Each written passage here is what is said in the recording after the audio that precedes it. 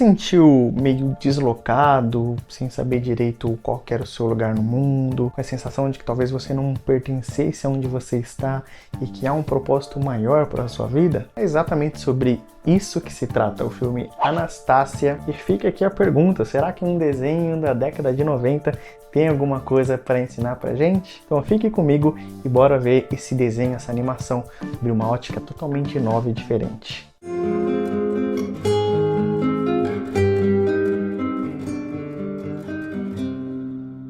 Salve galera, Rafael Fih aqui no Teologia em Hollywood, e esse aqui é o Teologia na Disney, quadro no canal onde eu estou atendendo a um pedido, que eu vejo mais como um desafio, onde eu tenho de falar de todas as obras da Disney, e eu estou atendendo ainda um outro pedido mais especial, que é para falar especificamente da Anastasia, que eu sei que não é um desenho feito originalmente pela Disney, mas hoje ele pertence à Disney e tá tudo certo então. Como ele já é um desenho, um clássico, um verdadeiro clássico já antiguinho, então vamos nessa análise com spoilers. E o que a gente pode falar aqui rapidamente sobre a história e alguns aspectos? Ela parece ser meramente essa história já clichê que a gente viu bastante por aí, que é dessa pessoa que pertence a uma classe social mais elevada, da realeza, e que ela acaba perdendo a sua posição por alguns motivos, e que ela tem de se reencontrar até chegar onde ela pertencia originalmente. Da mesma forma também tem essa espécie de um romance meio dama e vagabundo, que também a gente já viu em diversos lugares diferentes, mas que ainda assim essa história ela consegue ter a sua riqueza ali nos seus detalhes e tudo mais, e ela acaba se tornando especial por causa disso. E isso até é engraçado, porque o primeiro vídeo aqui desse quadro eu falei sobre o Corcunda, e eu assisti o Corcunda quando eu era criança, mas para ser sincero, reassistindo ele recentemente, eu não lembrava quase nada dele. Mas reassistindo a Anastasia, por mais que eu não lembrava muitas coisas, eu me peguei ele relembrando em muitas coisas, principalmente as músicas. Cara, tinha música assim que eu lembrava totalmente na minha cabeça, mas eu não sabia de onde que era, que de repente eu falava, uau, é desse filme aqui, cara, que incrível! Ele é um filme que ele é realmente emocionante, é uma aventura engraçadinha e legal e empolgante, e que tem alguns detalhes, algumas coisas bem interessantes na sua história. Mas sabe qual que é o detalhe mais rico que a gente pode ver? É quando você deixa o like aqui nesse vídeo. Cara, você não sabe a preciosidade que é esse momento. Quando você se inscreve no canal, então, nossa, nem se fala. É de tirar o fôlego. Então ajuda esse canal a crescer mais engajando aqui nos comentários e compartilhando esse vídeo para mais pessoas, fechou? Então se a gente pode olhar para essa jornada da Anastasia, a gente vê como ela tem o início ali na sua história, dessa personagem perdida, meio sem norte, que perdeu a sua memória, de alguém que ela está num lugar, mas ela sabe que não pertence àquele lugar. Ela tem esse sentimento de que sabe que pertence a outro lugar, que tem alguém que a ama, que ela tem um lar diferente, um propósito diferente para sua vida. Então é curioso que mesmo sem ter memória, ainda assim ela tem essa sensação, ela tem esse sentimento que a move, que a impulsiona a seguir em frente.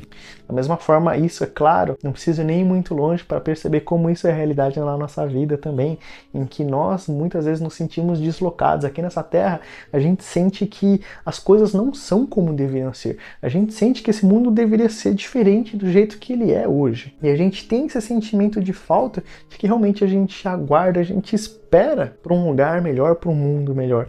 E a gente expressa esse sentimento de muitas formas, seja em livro, seja em música, seja em desenhos, em filmes, em muitas coisas. Não é à toa que eu falo isso o tempo todo aqui no canal, onde eu faço essa reflexão, essas análises teológicas de obras que a gente pode assistir, e que eu constantemente falo dessa vinda de Cristo, dessa esperança da vinda de Cristo, porque a gente tem esse sentimento dentro de nós e a gente expressa isso no nosso dia a dia. Quando alguém produz uma obra cinematográfica, seja ela qual for, muitas vezes ela também aparece nessas obras, nessa expectativa que a gente tem de um lugar melhor. Isso reflete diversos textos, é claro, mas em especial um texto de Isaías que vai refletir como Deus nos criou para sermos filhos dele. Então não é à toa que a gente tem esse sentimento, que a gente vive num lugar quebrado, manchado pelo pecado, e que a gente sabe que não é como deveria ser, e a gente tem essa sensação, eu sinto que eu pertenço a um lugar melhor, a um lugar diferente daqui, por conta desse sentimento inato que é em nós,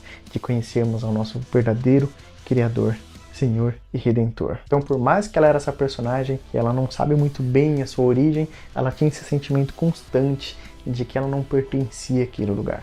E esse desenho aqui ele é bem curioso porque ele traz nos seus detalhes ali também uns elementos espirituais que também dizem muito a respeito da realidade que nós vivemos, onde a gente vê essa batalha constante do bem contra o mal e a gente deixa escapar no nosso dia a dia. Na pressa do dia a dia, a gente se tornou muito secularizado e a gente acha que o mundo que a gente vê é tudo que existe. A gente esquece que há um mundo sobrenatural à nossa volta, que há realmente anjos caídos, seres malignos, diabólicos que nos cercam o tempo todo, a todo momento.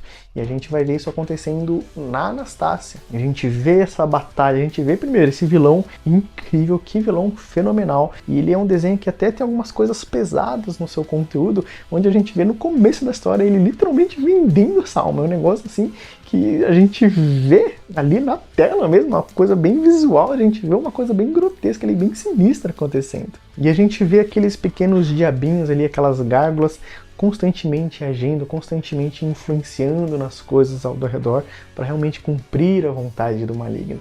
Mais uma vez a gente lembra que realmente há um mundo sobrenatural que nos cerca e há um mundo perigoso sobrenatural que nos cerca.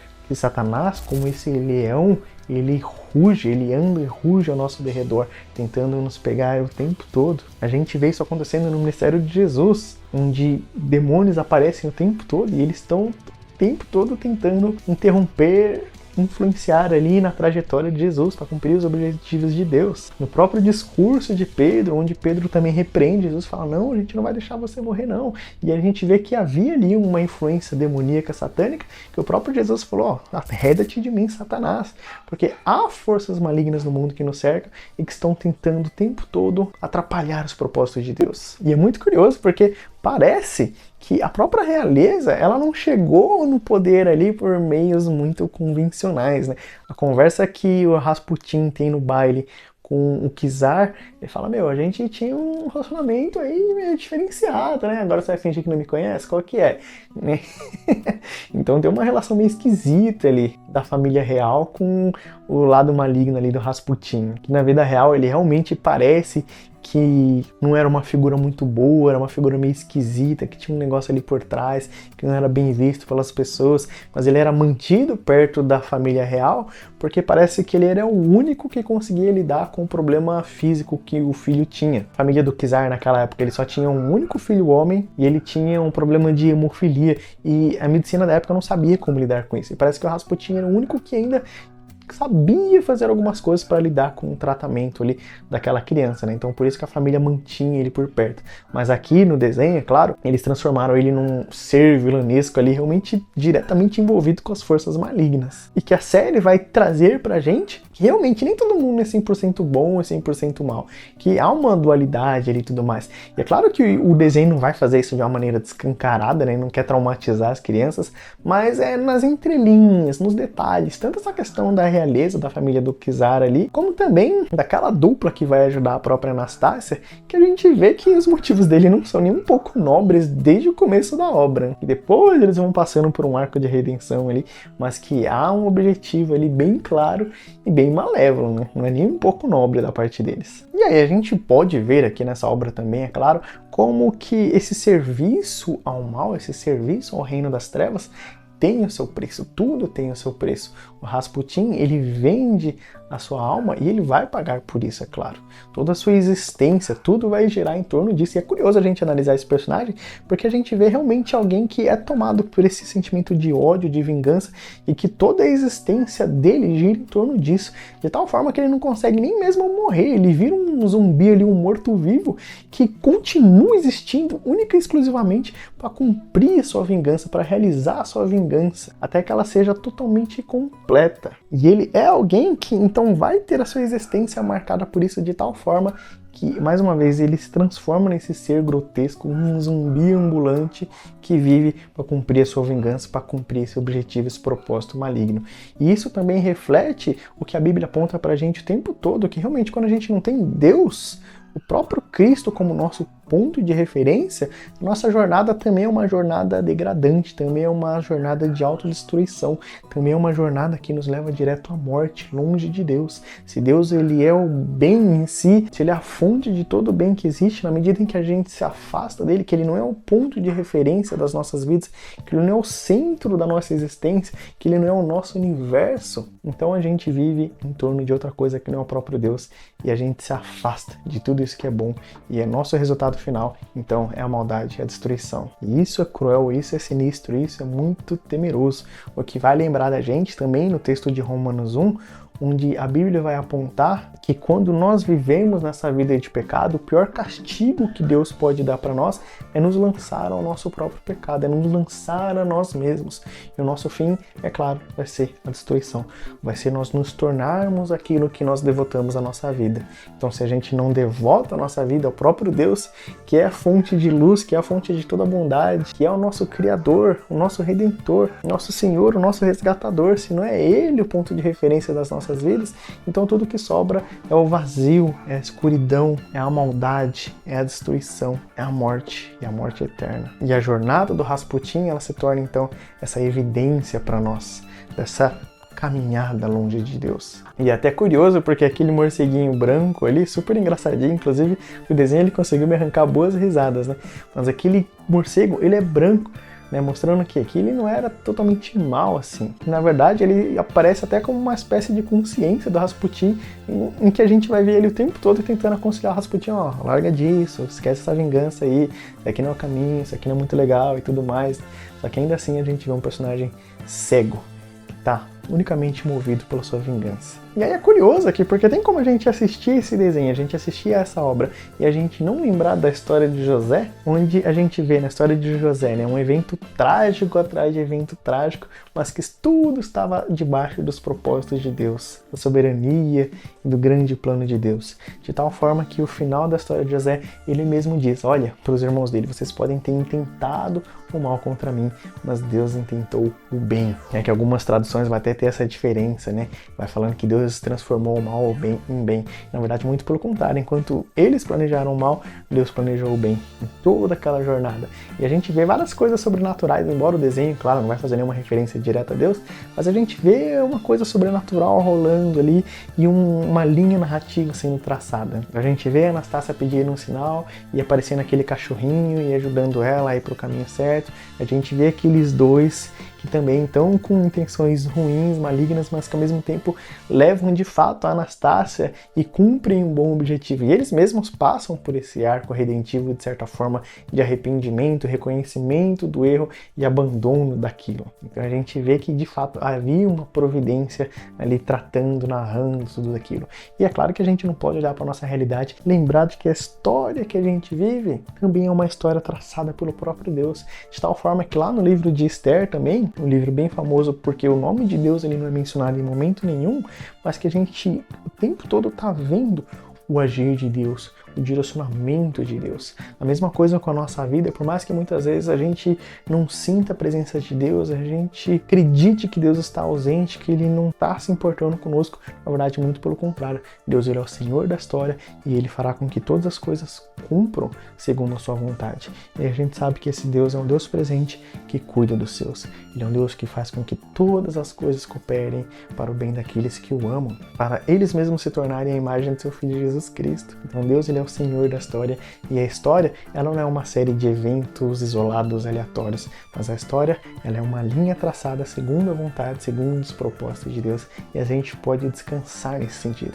A gente pode deitar a nossa cabeça no travesseiro à noite e descansar que o bom propósito de Deus há de se cumprir e a nossa vontade é que a gente faça parte disso, que a gente esteja debaixo do senhorio de Deus, que a gente possa aproveitar, ainda que muitas vezes vamos sofrer aqui nessa terra, mas que a gente possa viver diante da face de Deus, debaixo da sua presença, vivendo para a sua glória. A jornada do Dmitry, por assim dizer, também mostra essa questão do amor, né, de como o amor realmente foi transformador para ele, de como o amor ajudou ele a abandonar esse amor pelas riquezas, pelas posses terrenas. É ele sendo alcançado por isso e tendo um novo recomeço, tendo um novo propósito, teve uma mudança de vida, uma conversão, uma mudança de caminho. Da mesma forma também a Anastácia, né?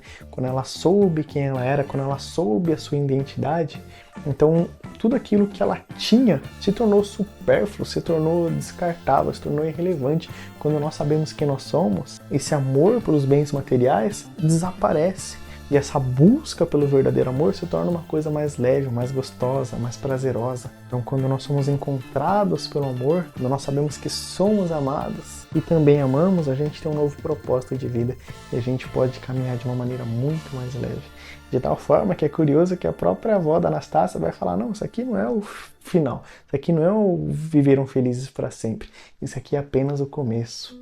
Da mesma forma, quando nós somos encontrados pelo amor, que é o próprio Deus, a nossa jornada aqui está só caminhando e a gente vai ter toda uma eternidade para desfrutar desse amor eterno, a gente desfrutar do próprio amor que é o nosso Deus, o nosso Senhor. Então o filme A Jornada de Anastácia lembra quem nós somos, lembra a nossa jornada aqui na Terra, lembra que esse mundo não é tudo que existe e que Deus tem um propósito maior para cada um de nós. Mas e aí? Eu vi algumas discussões na internet, para ser sincero, de algumas pessoas falando que não deveria deixar as crianças assistir esse desenho e tudo mais, alguns contando de que assistiram esse desenho na infância e que são traumatizados até hoje e tudo mais. O que você acha de tudo isso? Deixa aqui nos comentários a sua opinião. E aí fica a reflexão, né? Que assim como a Anastácia, todos nós também temos essa jornada a percorrer e descobrir o nosso propósito aqui nessa Terra. Então, que tal a gente olhar para a nossa própria vida sob um novo prisma, sob uma nova ótica, e a gente olhar que toda a nossa história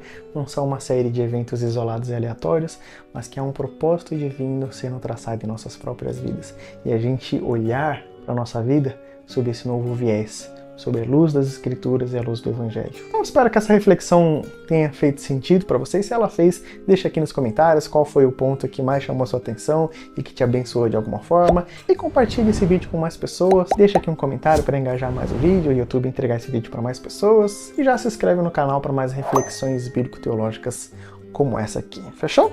Então vou deixar aqui no final do vídeo mais uma recomendação para um outro filme que ele também é uma ficção, mas que ele também tem seu pezinho na realidade, que é o filme do Gladiador. Eu vou ficando por aqui, espero que você fique com Deus e eu espero ver você aqui no canal em breve, certo? Tchau!